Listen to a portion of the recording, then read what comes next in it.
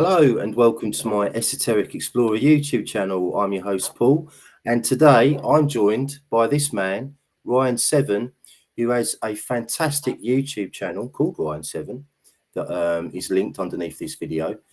And Ryan has, I think he's finished his book now. Have you finished the book yet, Ryan? I finished writing the book, but not illustrating it. I've got a couple of little bits to dabble with. Maybe after Christmas, something like that, it'll be ready.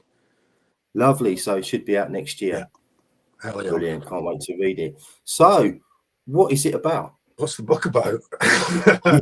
The book travels the breadth of time and space and geography, and it's about the secret tradition. And as far as I can see, it is one single secret tradition.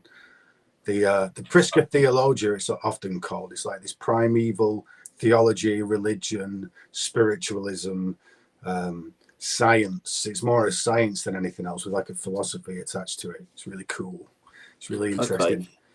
Is it related to Christianity or paganism? It is. Or does You'd consider it more pagan. Well, it looks like it comes from like animism. It's that far back. We're going right the way back. It's certainly there in the Stone Age. You can see traces of it at Göbekli Tepe.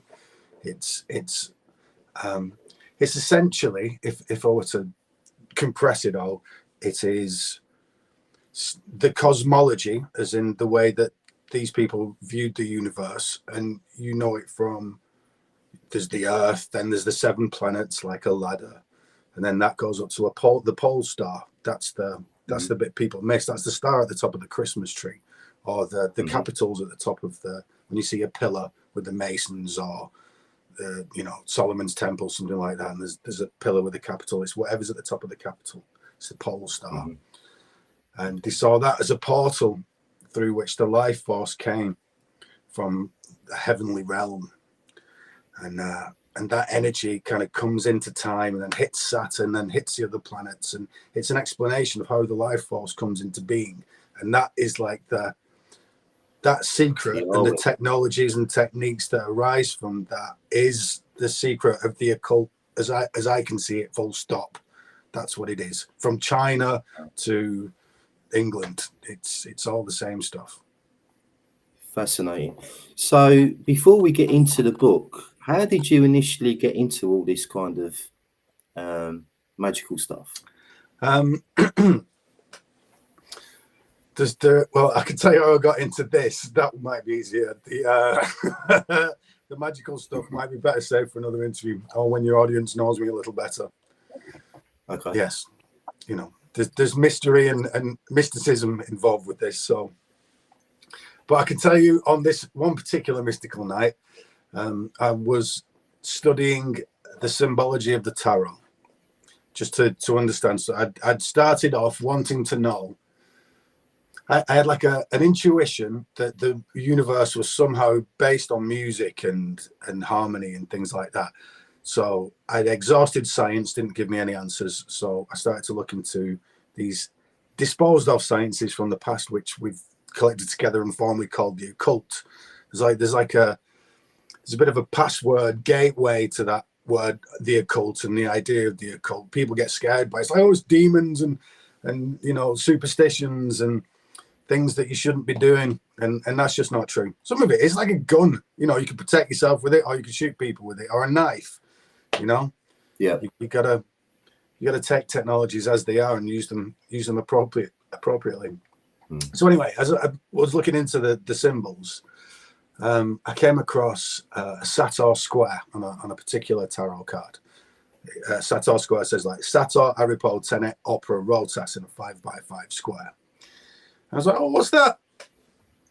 And then I did a little web search and came across a guy called Eliphas Levi, who's a famous kind of early Templar, Rosicrucian, Christian mystic magician guy. Very famous in those circles. And so he had his own Sator square with lots of other symbols around it.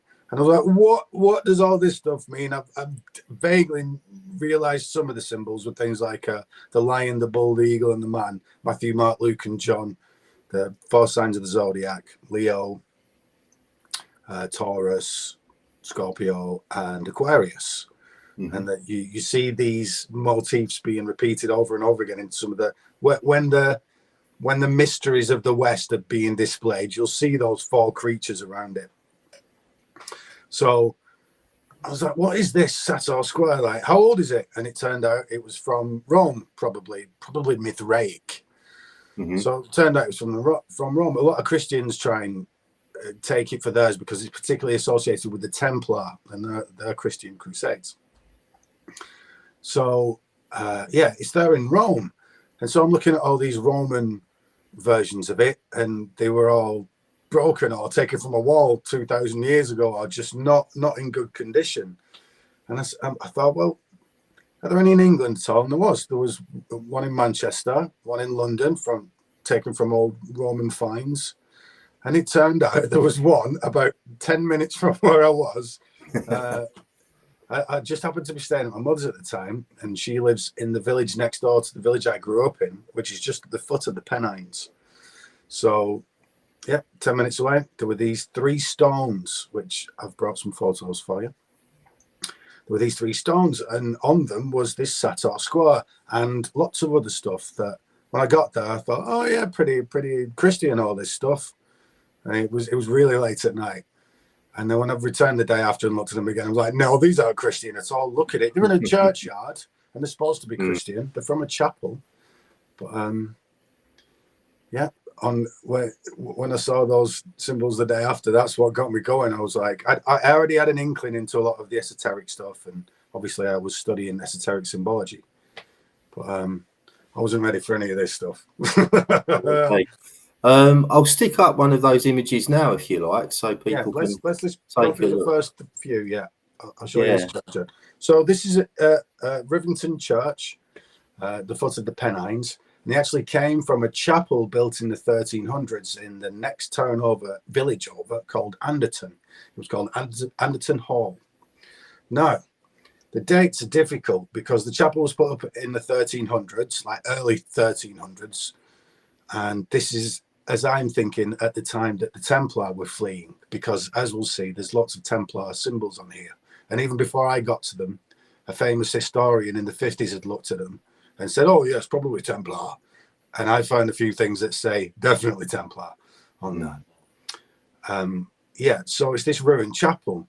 Now, these are the three main stones I concentrate on. However, there are a few more other stones that I've just not taken into account because too difficult to decode, and these hold everything that we want to look at. However, dates on the added to are also 1603 to add to the 1300 initial construction date, and 1663, which is another date on that. And whenever I've seen these numbers, the carving is slightly different. It's all similarly done, but possibly by a different hand. So it probably is like updates to the chapel. And if that's the case, and I think this place has started off as some refuge Templar chapel, and then has become kind of Rosicrucian as it's gone on and been upgraded with appropriate, always occulted symbols, but appropriate symbols. Yeah, okay. It looks like, I mean, with this image, it's not that clear what we're looking at, but I can definitely see a pyramid at the top. And it is the shape of the pyramid. We'll see why that is later on. Okay. Shall I put up the next image now? Yeah, we'll just have a little flick through to show you what they look like in situ. Obviously, these are taken away from their actual original position. So I've called this one the Fool's Pillar. So, so this is in situ. And this is just two, we've got a distance shot and a close-up shot there. If we go to the next one. Yep. And we can see how these, like, initially you'd think they were Christian symbols, but then when it doesn't add up. For example, this character here immediately looks like a Jehovah Christian God kind of character. But when you start to look at the symbols, he quickly dissolves into being Saturn, which is the god of the ancient mysteries. Okay. One of the things there's a go on. Go for it, mate. I was going to say, there's a guy on this stone holding what looks like a planet. Is that right? Yeah, it's Is that the the globe of Earth the or is Earth. that Saturn? Yeah, it's the globe of the Earth. Yeah. Okay. So, yeah, one of the things that he's holding is he's got like a bag to his left. We'll go through these properly later. I've actually got drawings where you can see all these things individuated. So he's actually holding a bag, which is one of Saturn's attributes. He looks like he's got a little scythe on him as well. That globe is the globe of the Earth, but materialism is particularly associated with the god Saturn. He's the one that imbues time and space. Right. Okay. And so he's holding a bag. Now that reminds me of what's his name? The is it the Babylonian famous picture of a man holding a bag? Yeah, there's lots of different characters hold the bag in Sumeria, but it is that the same tradition is carried on from that time in that bag. Okay. To add to the Saturnian flavour of that bag is that there's a pair of shackles at the bottom, which is the think of medieval handcuffs. Well, Saturn's the binding and cutting power. That's what he does. Those are his main archetypes. So having these shackles, and they're actually in the personal coat of arms of the Anderton family too, on a black shield, a Saturn black shield. So it looks to me that they are kind of crypto Christians. They're carrying on as if they are full-blooded Christians, but they're not. There's something else going on here. Plus, actually, Christianity, the symbols of Christianity still encode a lot of the pagan mysteries in their symbols. Yeah. And particularly the death of Christ, like the Passion of Christ, the Stations of the Cross, and all that sort of stuff. Yeah. It's all very occulted with other stuff. And it's quite easy to read. We'll see some momentarily. The Christian scenes from the Bible that are on these pillars just so happens are the most easy to de-occult and get to the secrets, what they're really about and why those stories are told. So if you want to go on to the next. Yep. So yeah, here we got another pillar with biblical scenes on there. We've got like the lion at the top, a Pythagorean tetractys inverted underneath that, and then a very important wheel of fortune at the bottom of that pillar. Again, this is all the same pillar. We're just looking at it from two different angles. Right. Okay. And you've got a wheel there, bottom left as well, haven't you? Looks a bit like the Arwin, possibly. Yeah, that's the wheel of fortune. That is like one of the premier occult symbols of medieval times. And when you look at that one in particular will decode a great many things. But again, we'll look at these things when we've got them fleshed out in a drawing, which I think is the next image. There we go. Right, so this is the first pillar, and what appeared to be Christian just dissolves into a astrotheological paganist wet dream, really. So we've got in the center, you can see like 3 purple rings. I've colored this obviously just so we can see it easily. And the reason why it's in these colors is because those are the colors I chose for the book. Right. So we've got a triple coiled serpent that's kind of showing a 666. If you look, there's pointy bits coming off each of those rings. You see like a ring and a point.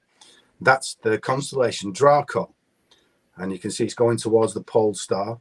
Yep. Which is that red dot, which is also the fruit of the tree of life. Tree of life is at once your spine and the axis mundi. So the axis of the earth goes up towards the pole star, and that's an analogy for lots of things that go on in the body.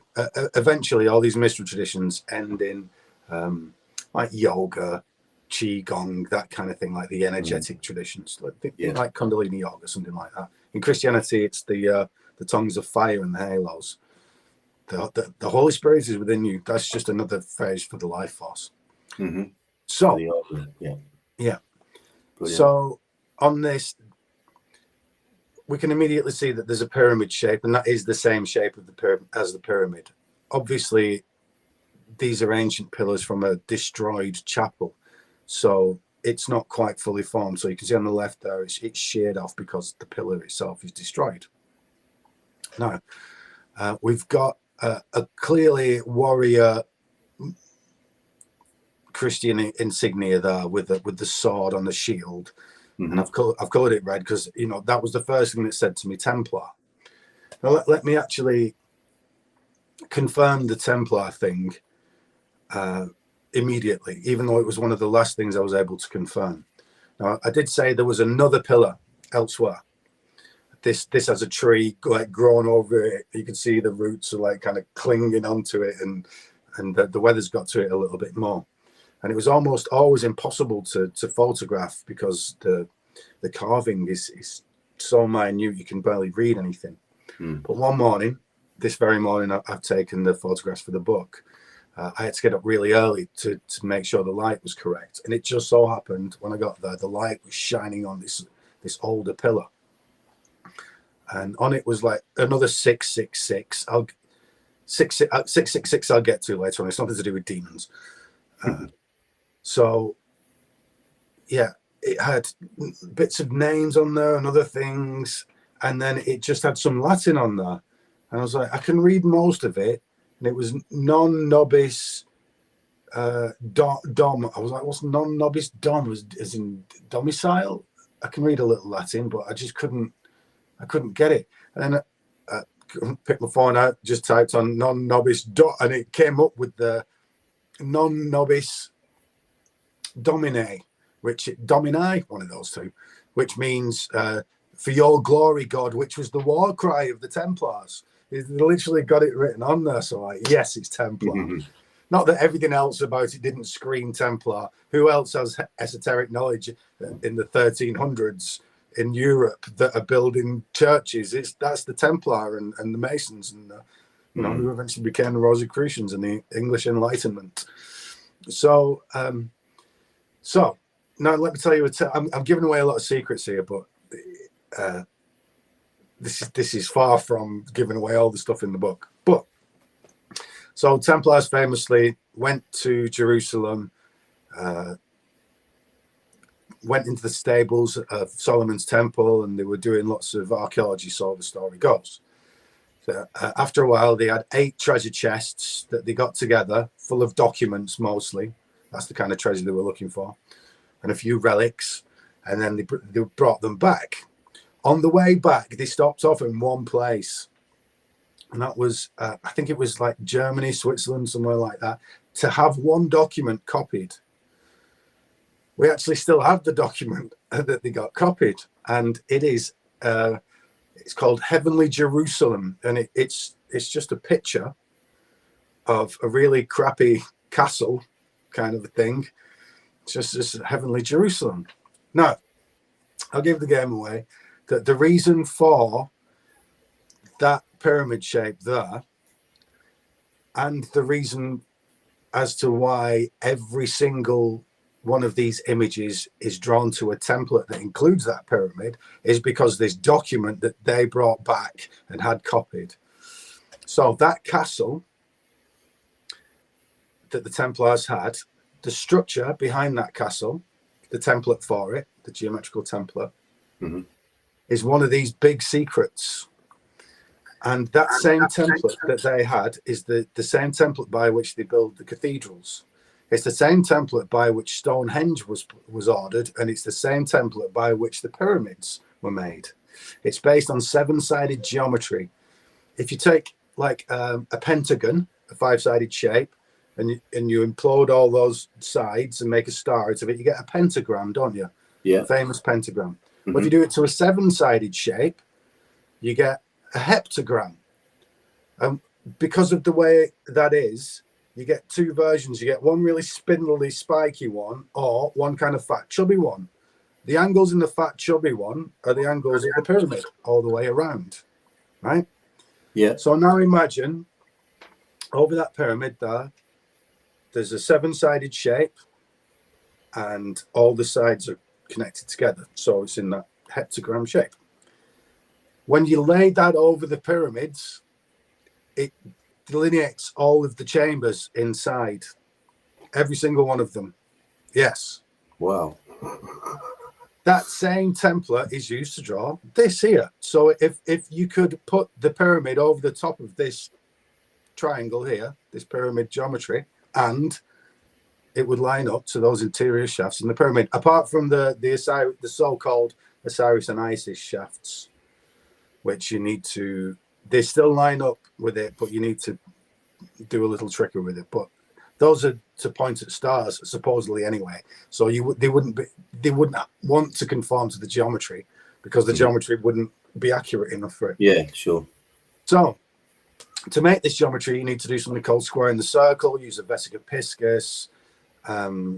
If you're familiar with these things at home, vesica piscis is the two circles joined together. From that, you get the foundations of Euclidean geometry. By that and a little trickery, you make this pattern, and it's behind artwork everywhere. It's the reason that for John Dee's work, his most famous work, Monus Hieroglyphica, literally tells you how to build this pattern. It's one of the main things encoded into the Shakespeare work, which came as a result of John Dee's, foray into Rosicrucianism, if not the actual founding of it, him and his ilk. And obviously became the Masons, and it's this totally links together with other people that I'm working with, like Dane, who's been on your channel. It's this ancient mathematics based on musical harmony and a noticing of these patterns in the cosmos. It looks to me like the very pattern that built this template, at least philosophically, if not actually, is something like the crystalline foundation of the metaphysic at the bottom of the universe. Is like the pattern that is everything. You'll often see it with at Göbekli Tepe. It's there with a goddess who's shieling a gig in medieval Britain. She's opening up her vagina. That's where I originally found this pattern, not here. It just so happened that the pattern was here as well. So all of these things are drawn with that pattern. And it seems that all the great occult artworks are also built with that pattern. Wow. So phenomenal. That's amazing. Including, I found out the other day, Vitruvian Man's made with it, and the Mona Lisa, but the Da Vinci's at the end of that line, and not he would wow most people. But when I found it in caves 40,000 years ago, and as the basic structure to build Göbekli Tepe, I know all these things sound wild, but if anyone's thinking like, oh, I want to know more about that, immediately go onto my channel or go onto Amish Inquisition, look up previous videos, the Saturn videos in particular on my channel. There's an 8-hour one if you want to watch that. Okay. So do you think that this knowledge was rediscovered, and it goes back to an extremely long way back in antiquity, do you think? So it's a knowledge based on standards. So like you need a standard inch, you need a standard meter, and all that stuff. Again, look at Dane's work for that. The actual standard itself is something. Remember at the beginning we talked about the cosmology, and how that cosmology starts off at the pole star, as it was its own analogy, but like a single point, a singularity, where time and space are the same thing. Eternity, infinity. Then that somehow lends through and becomes time. It's split off into two, duality, and then you get all these various iterations of that. Well, all of the animist religions, including the Western animist religions that became religion, the pantheons and paganism, and then that upgraded and became the monotheistic religions. They're all using the same system, and that is Pythagorean number philosophy. And that's that, because we started off at one, and then we got a duality, and then you get a trinity, and then the four elements. It's a standard by which to measure. That standard's the first 9 numbers and 10, and those have a meaning. The beginning, the first number 1 has a meaning. Number 10 has a meaning because it's the end and the beginning again. Do you get me?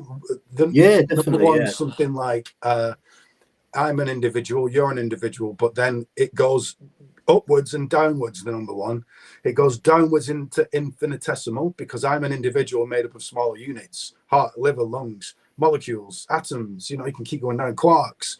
But then you can go out as well. Whereas I'm one Ryan, but there are other Ryans, and then I'm a northerner, and then I'm a silly person, and then I'm an Englishman, and then I'm a human, and then I'm an animal, and you can keep going out and out. So numbers have meanings and consequences, and because of that measure, the end juxtaposed to the beginning, the alpha to the omega, you can have a standard. The middle suddenly has a meaning. Politics, you apply it to politics, you get the left, the right, and the center. So this is duality, and because of that standard, we're able to, and that cosmology that arises from that, which is a cosmology of understanding those numbers, that is the standard for not only decoding these symbols, but the foundation of the information you get on the other side, because a lot of it's maths and geometry. Do you get me? Yeah, I think so. It's mind-blowingly fascinating. Definitely. Okay. Shall I put up the next image? Yeah, go for it. So yeah, here's one of the images that were a conundrum. So on that, we've got the Sator square. If you look to the bottom left hand of God, our bottom right, it says Sator Aripo Tenet Opera Rotas, which means something like the Solar Aripo holds the work of the wheels, and it can be read in lots of different directions. You'll see. Yeah. So mostly when you get magic squares, they are numbers, and this is no different. It's just how to get the numbers out of it is a little more difficult than usual. You'd expect to just change those letters for the number it is in the alphabet. So if it's, the letter B would be the number 2, for example.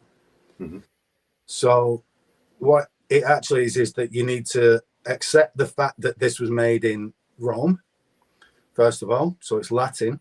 And then you need to then convert that into Hebrew letters, which are in a slightly different order. The Latin alphabet and the Greek is ultimately taken from Phoenician and Hebrew alphabets, hence the phonetic alphabet. So what you need to realize is that a few of those letters have the position change. So, the letter B might not be in the 2nd position, it might be in the 4th position. So all you do is juxtapose between those 2 alphabets, get the numbers out of them, and you got a little playroom there. And when you start to play with them and add them up and subtract them and multiply them, you start to get these big hyperharmonic, really cool numbers that you might have heard of before. 432, 108, 216, 144, all these kind of numbers. So that's 10 years work in about 2 sentences. But again, what's so cool and important about that? Well, what the ancients actually had was this system. And again, the cosmology will teach you the system. So that God at the top, who I think a lot of this stuff and seemingly a lot of the stuff that's being expressed by these Templars in this area is actually Mithraic. You'd expect it to be Syrian or Hebrew or some other center of mysticism in the East, but no.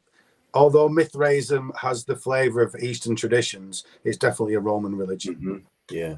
So this God is kind of he's Saturn, absolutely, more so than Jehovah. We know the Jewish conception of Jehovah actually fits more to El or Saturn, that Eastern Saturn deity. The Jewish faith, particularly medieval times, was associated with the god Saturn more so than Jupiter, as the Christian god was. So the ultimate role of Saturn is a time god. He's called Kronos in Greece. Yeah, father of time. Yeah. Now, that's kind of like cyclical time and linear time. Cyclical time being like the seasons go around, a year goes around, they're all pretty much the same. But then there's linear time in that, I'm getting older every year. Bits are starting to drop off now.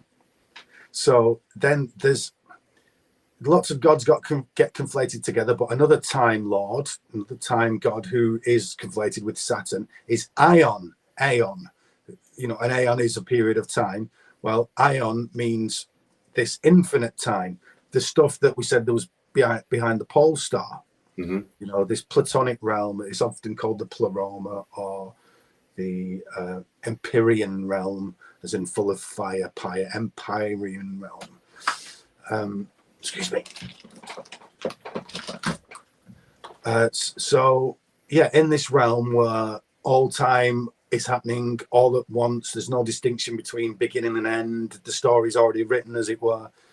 That energy, you know, you call it the quantum field or something like that, you know, the 0 point field. That energy comes through, and it's at the pole star. This is the whole, like the big secret and the big analogy is that pole star, that the entire universe moves around the pole star while that pole star stays fixed, except for in the case of precession. And that is because the Earth's on an axial wobble, and then over 25,900 years, it does that and changes. But the idea of the pole star still stays still. Things might still move, but that pole star still. So that God on that pillar had hold of a rule there in his hand, and it was going off in this direction. That's the axis of the Earth. That's the same axis. For the ancients, it wasn't the actual Earth itself, because the Earth was in the middle of the universe. It was at the center of things. So that's actually the axis of the ecliptic, where the planets go around. We know in modern days we're actually, it's us that's skewed and not the ecliptic. So what's all that about then? We've got this hint of these numbers, and then they keep going about the ecliptic and this energy coming through from this other realm into ours. What's all that about then? Well, what they're actually saying is that when that energy comes out, the form that it has is like the beginnings of things. It's the blueprint. It's the first outings into logic that will, and elemental things that will build the universe, often called the Platonic realm. Plato was saying that there are certain forms that come from this realm, like the idea of mother, the idea of father. A triangle would be a Platonic thing, or famously he had the Platonic solids, which are the first 3D objects where all of the corners will touch the inside of a sphere. So you imagine, like, you got the perfect form of a sphere, then we've got these hard-edged masculine shapes that come out of it, and those are the first things. This is the idea. Well, when you go up to that pole and you take all these numbers into consideration, 144, 216, 432s, all these things, and then you pretend like that axial wobble of the Earth, which lasts 25,920 years, is just a year. Just call that a year. And then you look at the numbers in that calendar, so you see what a week would take, what a month might take, what a 6 months might take, what a season would take, and it's all these numbers. It's all these hyperharmonic numbers that are contained within that Sator square. And in fact, everywhere else, in Dane's work, in my work, in Matt's work, this is the big secret that they're getting at, or one of them. It works on several levels. Fascinating. Because really what they're talking about is the life force. Eventually, again, it ends up in yoga and stuff like that. Yeah. Because we're talking about the life force, but that's what the Druids have written about this as well, didn't they, Ryan? Because they refer to it as the Arwen. It's the same thing, I think. I'm reticent to believe anything that comes out about the Druids, because the only things that were written by other people from other lands, you know, and there's been a lot of stuff made up. Yeah. So as much as I love, in my heart, I love the Druids, or the idea of the Druids, you know what I mean? That, especially on a mythical term, but I've just, like I said, it would take some hard research for me to believe anything that we're told. Okay, that's fair enough. Although I do understand from my studies that there's something about the British Isles, particularly a bit further down south, that is revered across the world, and you can see echoes of it everywhere. You know, mysteries and myths and legends that, you know, Egyptian priests would taught here. You know, I see it in the Taoist mysticism. They go, it comes from the West, and then you look at their life force maps, and it looks like the UK. In India, the name for one of the names for Britain means the seat of religion. You know, there's you know what the French ascribe to these lands with the Arthurian tales. You know what I mean? Mm. So, Some people, well, I say some people, it's been alleged many ancient authors have written that the gods reside in Britain, and that might be connected to what we're just talking about there. But it is fascinating. Absolutely. Sorry about my cat, mate. She's eating a cardboard box as we speak, trying to put me off. Never cool. worked Should with we look animals. should we look at an image again briefly? Just so Yeah, sure. I think we're on to the penultimate one now, which is this one, I think. Yeah. cool. Yeah, there's a lot of things decoded with that Wheel of Fortune that we can see just poking up there. But if I put a version of the Wheel of Fortune, you'll just have to take my word for it that this is on there. So we talked about the pole, and a lot of it is to do with the pole and the planets whizzing around the pole, and that life force has come through and then become all this mathematics, which is music essentially, and then it's imbued somehow down to here by polarizing between those 7 planets and ends up being fate on the Earth. You know, the polarizing through the 7 planets thing, that's what astrology tries to read. They're saying that the energy polarizes through these various prisms, and then as it arrives here, the planets have an influence on you, kind of thing. Or at least the planets are indicative of things going on out there in metaphysics. So anyway, the symbol of that in a symbolic context is the Wheel of Fortune. That's the planets spinning around your head. That's fortune spinning out there. So on this Wheel of Fortune, it has 72 in the corner. 72 is a processional day. That's spinning around. If we reduce that long period into a year, a day, 72 years is a day. It would take 72 years for that entire movement to make 1 degree in the sky. That's another way of putting it. So also around this wheel, we have the letters T-A-R-O, as in tarot. They're in a different order. It goes A-T-R-O. Put them in an order you want. Rotor, like a wheel. Yeah. So, well, it's the word tarot specifically. It actually comes from a chi. You know the Chi-Rho with the PX. Yes, I do. Symbol? Yeah. That P's an R in Greek, so it's actually called the Chi-Rho. Well, there was also a Tau-Rho as well, which is a T shape. Yeah, I know that. So that's where the word tarot comes from. The reason for that is that when you add those letters together, you get some of these processional numbers. I think that is a processional season when you add tarot together. There are other words that do that. So again, it's just alphanumeric. I'm swapping the letters for numbers. That's all you're doing. So other words that do this that are actually on these pillars. Hold on, I'm going to be annoying now. I thought the tarot went back to ancient Egypt. A lot of people think that. The secret of the tarot is the same as the secret of alchemy, the secret of the old mystery traditions, the secret of Stonehenge, the secret of the pyramids. It's all this stuff I'm talking about now. It's all this stuff, talk. You know, it's mathematics. It's understanding the life force, essentially, coming from that single point and how it divides into number, and then what the result of that is, but also how to utilize it in your body, and frankly, how to do shamanic things like take mushrooms and make potions and stuff like that. It's these old oracular mystery arts. Mm-hmm. You know, that's what magic is. We know magic's that things, potions and you know, spells, and it's just becomes something else in the popular imagination, as it was something not.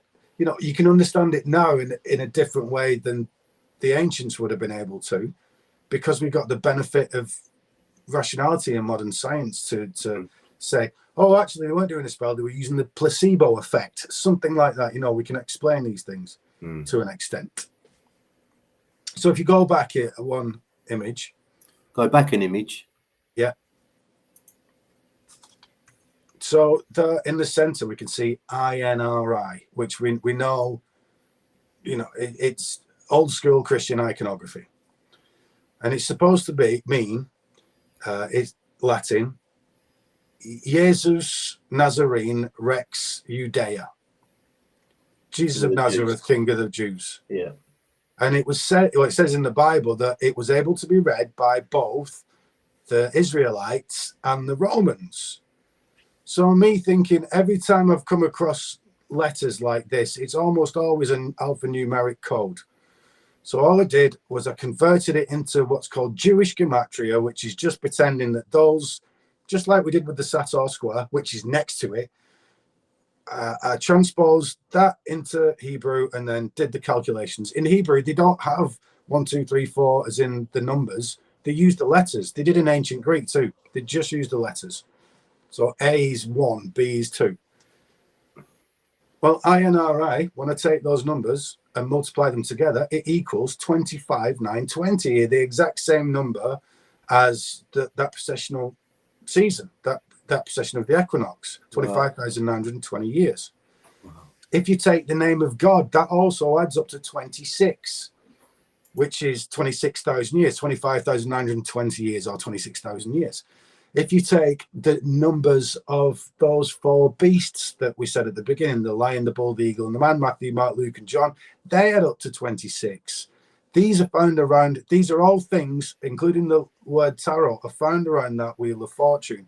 Look at the Wheel of Fortune tarot card, the most popular one, you'll see tarot around the wheel.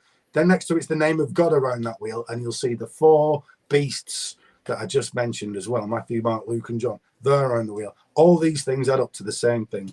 IHS, which is off to Jesus's left hand there. When you add that together, that ends up, I think that's a processional season again.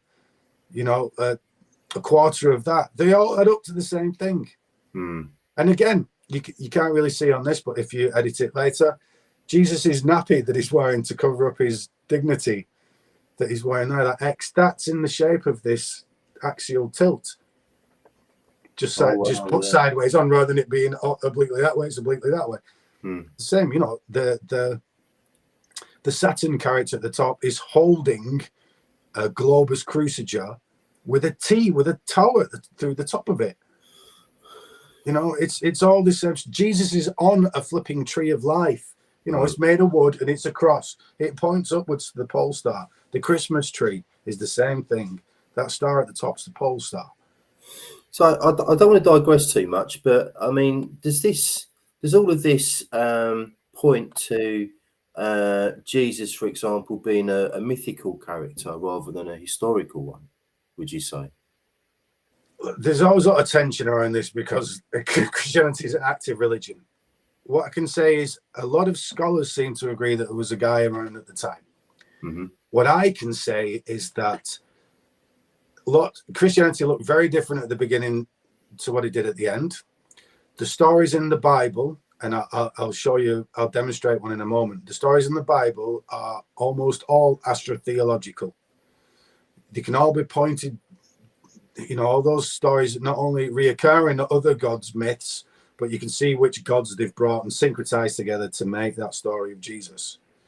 Mm. Particularly things that were moved from the Bible, like the Enochian stuff, which is, you know, a retranscription of Babylonian Adapa and other such guys. There's always this mystical chap that's able to go back through those 7 heavenly layers and sees a holy temple at the top, which is the same analogy as that Templar castle, the Holy Jerusalem, which is then that template behind everything. It's this big, it's a wisdom tradition. So it's got these certain standards that they're producing, and you know we get all these occult traditions out of it. And So could it be possible that the Bible is based on real events, but these stories have been altered to fit this system that you're talking about? let me give you an example. Let's move. Could you put an image on for me? So the very last one. I'll give you 2 examples here. These are great. Well, I'll give you the top one first. Right. So this drove us wild for a while. So you know, without good evidence, I won't engage with this because I've got something to prove here. There's so much wisdom in these pillars and so much I've discovered that it's important to me that I sound credible when I put it out there. Mm-hmm. So this top image is half destroyed. It's a bloke on a horse and a guy that looks like he's going to get trampled over.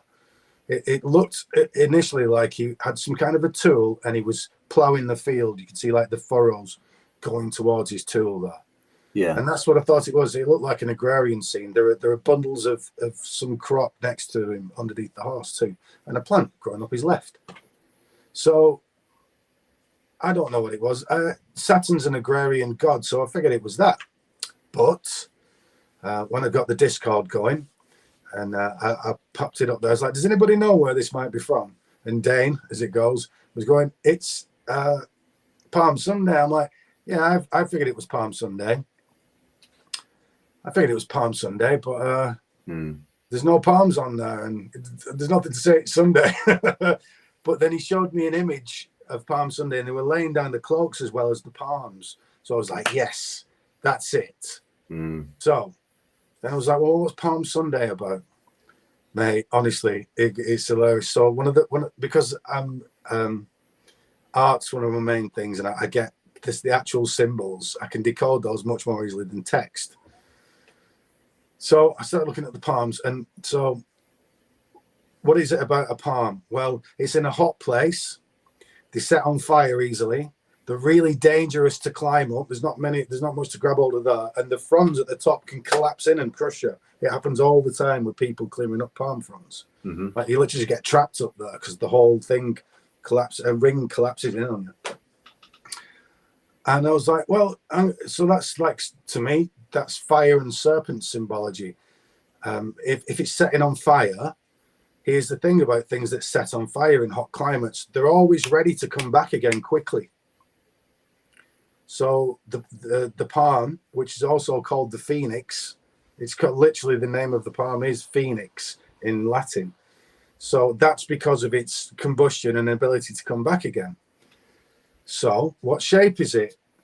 What else was involved with it? It goes to magic mushrooms, and because of the shape of it and this spontaneous combustion, and the phoenix itself is actually a mushroom analogy. It grows from a little egg under a tree. So the idea of a phoenix is under a tree, it grows from an egg, it reaches up for the sky, and as soon as it tries flying off, it bursts into ashes and then grows again from an egg. Well, that's a red mushroom, the Amanita muscaria. Yeah. And you cut an amanita in half, it just looks like a bird flapping its wings. And that goes back to Babylon as well. Dumuzid's described in that way.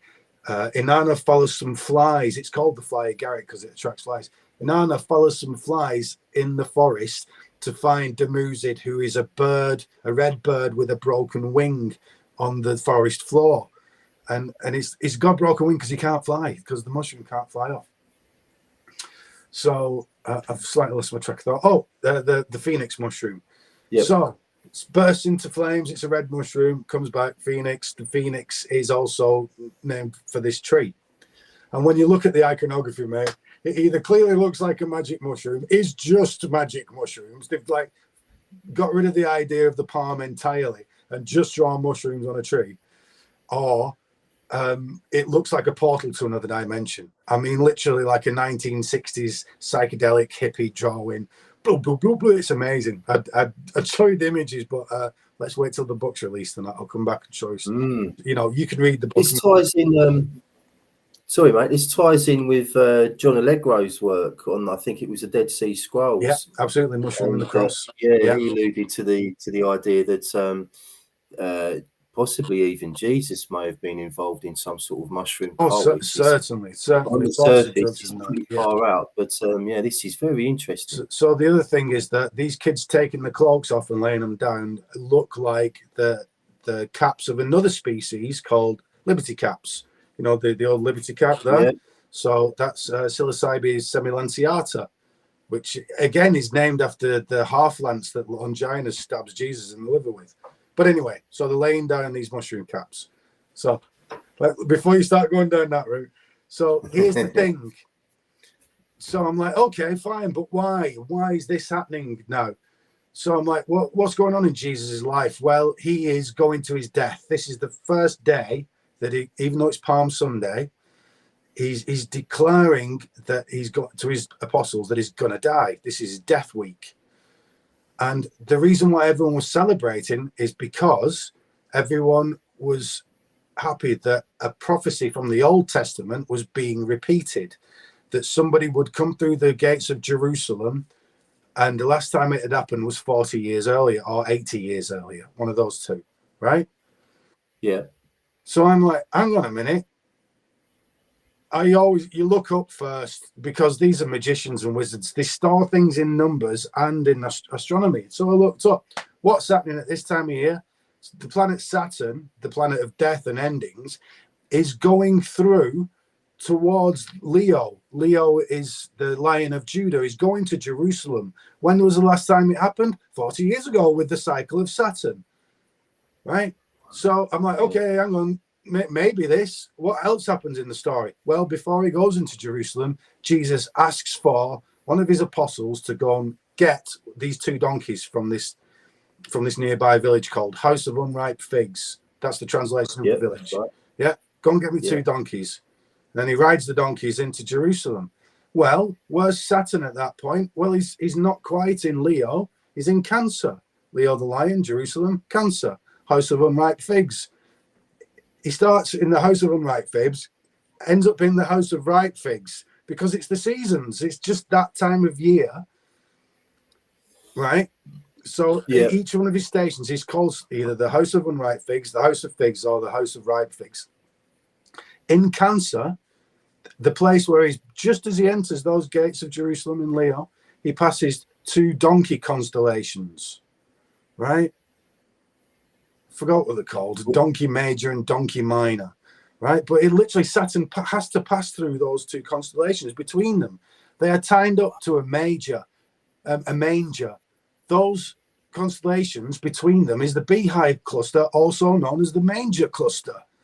So it's all astrotheology every time. And I think a lot of people just don't.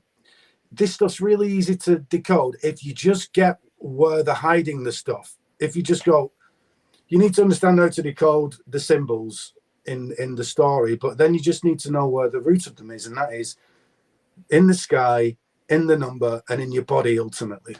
It's amazing. The one underneath it, mate, is the story of Jesus' miraculous catch of fish, which is actually a story told about Pythagoras. And when you decode that, that ends up in that Vesica Piscis, the two circles.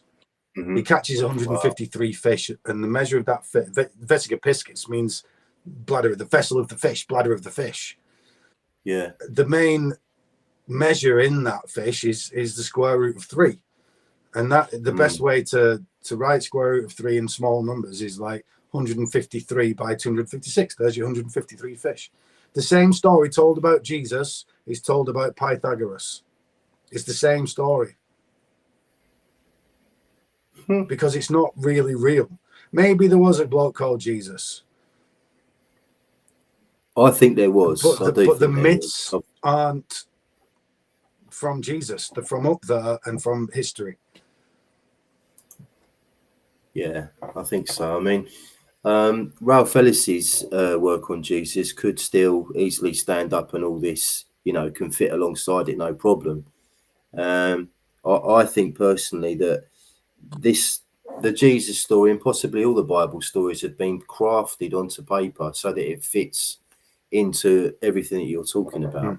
So there may be elements of truth within the Bible, but it's certainly been kind of manipulated, if you like, to incorporate all this information which you're talking about. It's probably more likely the way they've got all this information, and then maybe this bloke came along who fit a lot of it. You know what I mean? Yeah. Well, because when you get into the energy stuff, you start to get into the more incredulous sounding things like, telepathy and moving things and walking on water and all, healing. So you get into that territory, but you got to understand what the mystery traditions were.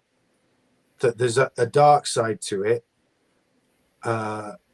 A lot of it's not nice, or would disgust modern people. A lot of it does have to do with drugs and altering your inner chemistry. That's how you got oracles. That's how you got prophets. And here's a clue for you. how old were the apostles?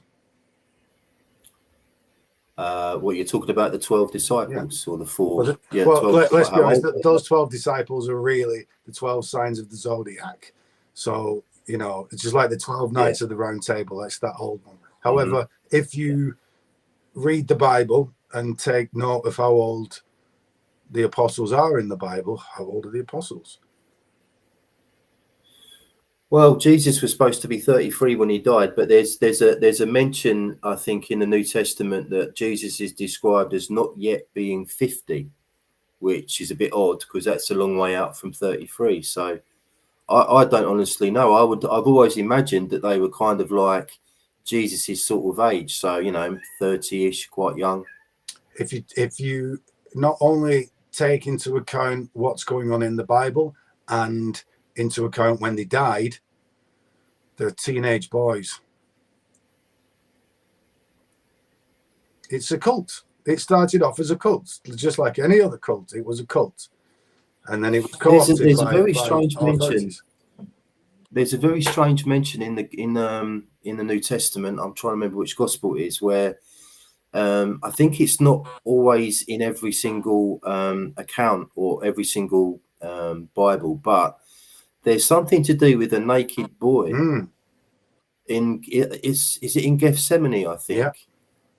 And that all kind of looks like, well, it's weird. It's a weird story. It comes out of nowhere, and I think people have alluded to it being some sort of initiation process going on. Yeah, it's an initiation. So that initiation. Yeah. So they would look.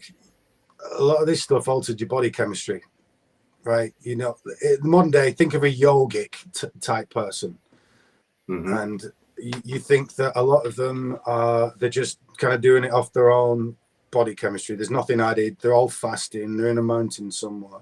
Well, they'll not tell you this, but it's true that Buddhism and all the rest of them are completely covered in drugs. The body tree, pretty much certain it is a mushroom. So they're doing these things, just being secret about them. There's only so many patches, you know, for the stuff. It's quite dangerous, you know, but they're doing these things. Well, I mean, there's long been stories of people that believe that in the missing years of Jesus, he visited India, or even possibly survived the crucifixion and visited India. And he traveled between various spiritual centers in India and where else? Other places in the East anyway. So I suppose if you're saying that this is all mixed in with psychedelics and mushrooms and stuff like that, then okay. If you look at the Arma Christi, which is the paraphernalia associated with his crucifixion, and you look at everything, look at the sponge, look at the spear, look at everything, and they're all mushroom shaped. You just look at them, it's like, especially the nails, they're all mushroom shaped. Paul Stamets recently realized that those three nails, particularly in Mexico, are mushroom shaped. He thinks the Mexicana, I think they're Liberty caps, because that stuff arose around here. Look, you know, taking these things gets you to those places. You know, the thing that I held off, agree with you there. The thing that I held off telling you about at the beginning of the chat, and I said I better tell you about where I found out about these pillars rather than the actual beginning of my occult initiation. It was having mushrooms one night, practically. Yeah. And the universe spoke to me and showed me lots of stuff. So I had to follow it.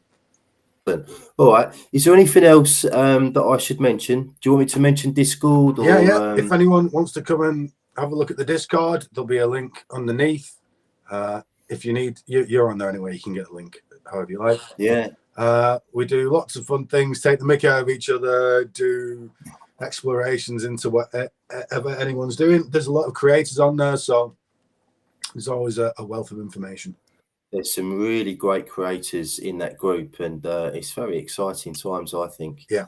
And with people like yourself and Dane Quirk and Matt Apocalypse, Melissa Campbell, etc. Shout out to Matt, who's had a bad injury, mate. Sorry about that. Yeah. But what doesn't kill you makes you stronger. I hope that's the case for He's Matt. probably at a right angle now. Yeah. Okay. All right then, mate. Well, this has been really, really, really good. I've really, really enjoyed listening to your research, and I can't wait to read the book, which will hopefully be out next year. So Definitely yeah, next year. I'll be getting a copy of that, and I'm sure that I'll have loads more to ask you once I've I'm read the book. definitely sure of that. Yeah. Yeah. And So if anybody wants to nice, find me in the meantime, Ryan71111 on YouTube, or type in The Secret Science, or Amish Inquisition, or on here a couple of episodes, or I'm all over the net. Yep, it's all underneath the video. Thanks for watching, everyone. Please like, share, and subscribe, and I'll be back for another video very soon. Cheers, Ryan. Abracadabra.